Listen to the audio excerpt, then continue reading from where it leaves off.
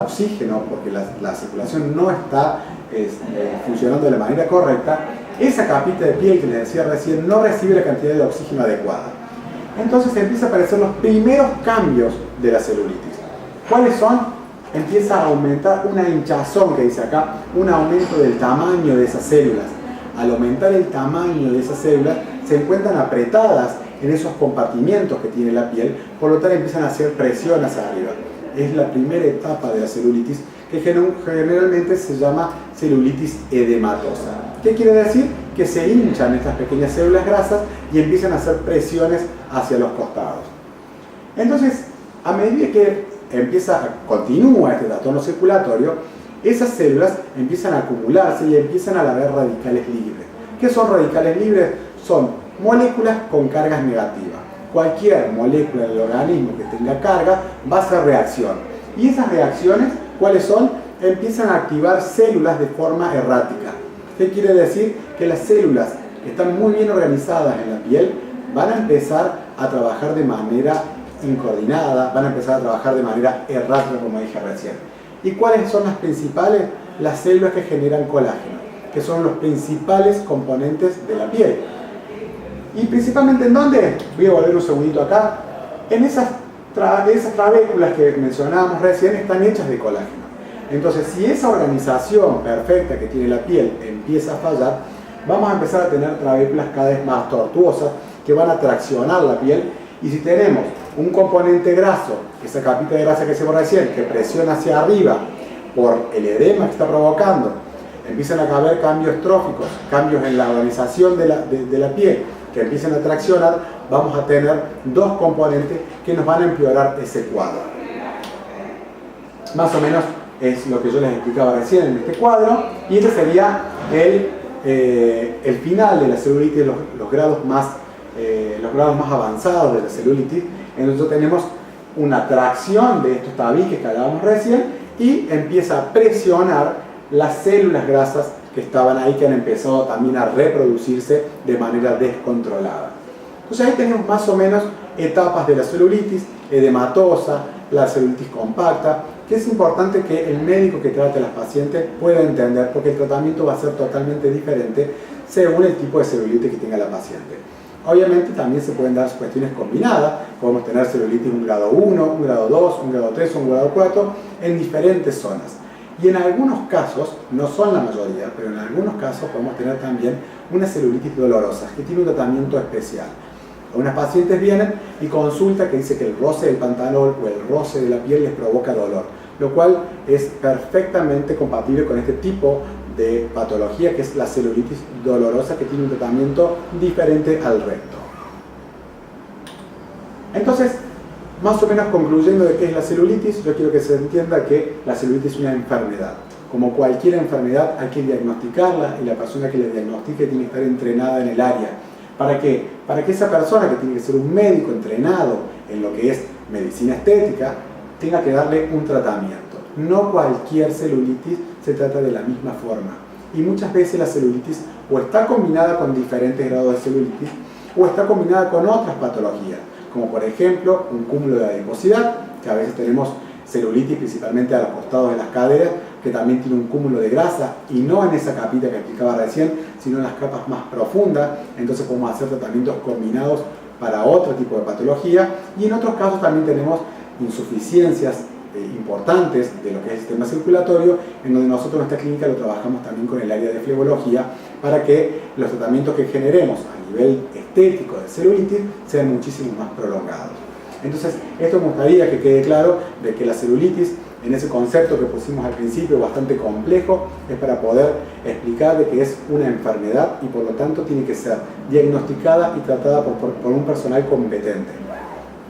Entonces, habíamos dicho también que íbamos a tratar qué es la celulitis, y vamos a ver ahora en un solo slide qué podemos hacer para prevenirla. Habíamos dicho cuáles eran las causas, que las causas tenían factores primarios, secundarios y terciarios. Entonces vamos a tratar de que el factor terciario, que son los hábitos, eso que podemos manejar, vamos a enfocarnos principalmente y vamos a hablar de la actividad física. Hay mucho mito con respecto a la actividad física en cuestiones de qué tipo de actividad física puedo hacer. ¿La actividad física mejora o empeora la celulitis? Si ustedes recuerdan, voy a volver un par de slides para mostrar solamente una imagen, que habíamos dicho de que la piel, la parte superficial de la piel, se encontraba unida al resto del cuerpo con esos pequeños tabiques. Tenemos tabiques que han sido modificados por la misma enfermedad, que están traccionando de manera errónea. Pero tenemos otros tabiques que son sanos y son los que mantienen la piel en su posición. Entonces, ¿tenemos que sacar todos los tabiques? No. Tenemos que buscar la forma de que la actividad física que vayamos a hacer no nos destruya todos los tabiques, porque si no vamos a terminar con la celulitis, pero va a comenzar la flacidez.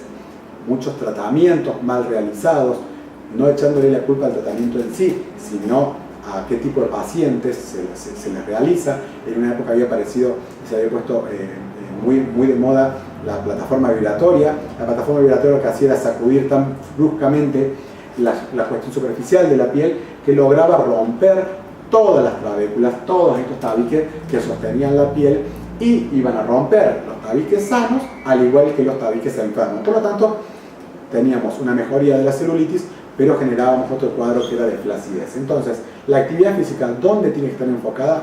En la circulación. ¿Quién le va a dar la actividad física adecuada? Un personal entrenado en el tema, que tiene que trabajar principalmente la cuestión circulatoria. Volvamos al slide, donde decimos también la dieta. ¿A qué nos referimos con la dieta? Siempre nosotros trabajamos con personal habilitado, con personal entrenado en el área, con el área de nutrición, que nos va a decir qué dieta es la más indicada para cada paciente, pero para tener en cuenta algunos detallitos, una dieta equilibrada, principalmente en calorías. Dijimos recién que un aumento de peso va a empeorar el cuadro circulatorio, por lo tanto, hacer una dieta equilibrada sería lo óptimo para este tipo de tratamientos, y una dieta baja en sodio. ¿Por qué? Porque el sodio es el que hace que el organismo retenga líquidos. La retención de líquido es lo que se conoce también como un edema, y hablamos recién que el edema era la primera etapa de la celulitis. Entonces la dieta sería más o menos un factor muy importante en el tratamiento para mantener también lo que decíamos, el peso.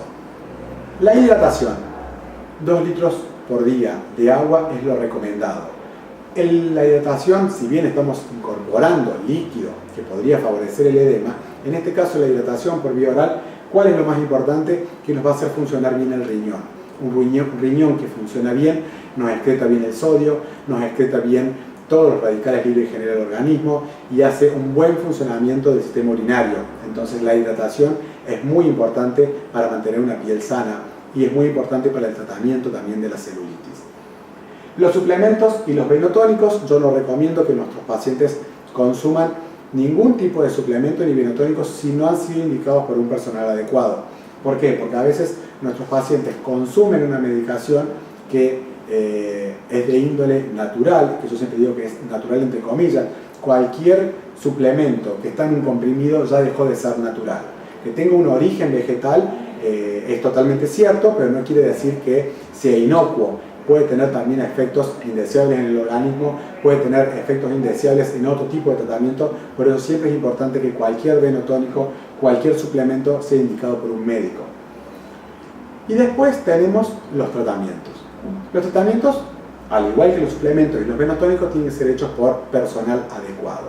Nosotros vamos a hablar de 2 tratamientos solamente, que si bien hay una amplia gama de tratamientos, nosotros trabajamos, esa amplia gama nosotros la trabajamos en la clínica.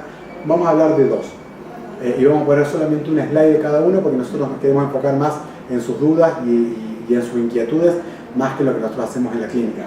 Pero quiero hablar de 2 porque también están muy en moda, se hacen masivamente, y me gustaría que a esos 2 tratamientos les demos la importancia que realmente tienen. ¿Cuáles son los 2 tratamientos que vamos a tratar? Mesoterapia y plasma rico en plaqueta. La mesoterapia nace en Francia hace unos 50 años, más 60, 65 años. Es un tratamiento que en realidad es una vía de administración de drogas. De la misma manera que tenemos la vía oral para tomar un medicamento, vía endovenosa, vía intramuscular, la mesoterapia es una nueva vía de administración de drogas. ¿Cuáles son las ventajas que tiene la mesoterapia? Es que necesitamos pequeñas dosis y las podemos aplicar en la zona donde necesitamos la patología. La mesoterapia la utilizamos nosotros en nuestra clínica para muchísimas enfermedades. La caída del pelo, el envejecimiento facial, para la adiposidad localizada y también para la celulitis. ¿Qué va a cambiar? la amplia gama de drogas que tenemos para utilizar. La aplicación de la mesoterapia no es una técnica complicada, se aplica con pistolas generalmente, o se puede aplicar a mano, pero no es la técnica solamente lo importante. Lo importante es que el personal que haya evaluado al paciente pueda hacer un diagnóstico preciso para dar las drogas de manera adecuada y saber qué drogas está aplicando. Que a veces esos son uno de los miedos que nuestros pacientes nos presentan en el consultorio, de qué drogas se va a aplicar, cuáles son los riesgos que tienen. Eso es lo bueno de la mesoterapia.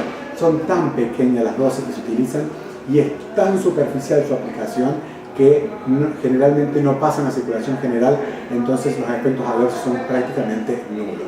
Siempre cualquier tratamiento médico tiene que estar supervisado por un médico, pero principalmente por esto que les decía recién, que el diagnóstico y el tratamiento es lo más importante. Entonces las drogas que vayamos a utilizar tienen que estar avaladas, obviamente, y tienen que estar indicadas por un personal idóneo. La mesoterapia es un tratamiento que se hace en media hora aproximadamente. Nosotros tratamos de aplicar aproximadamente 10 sesiones según el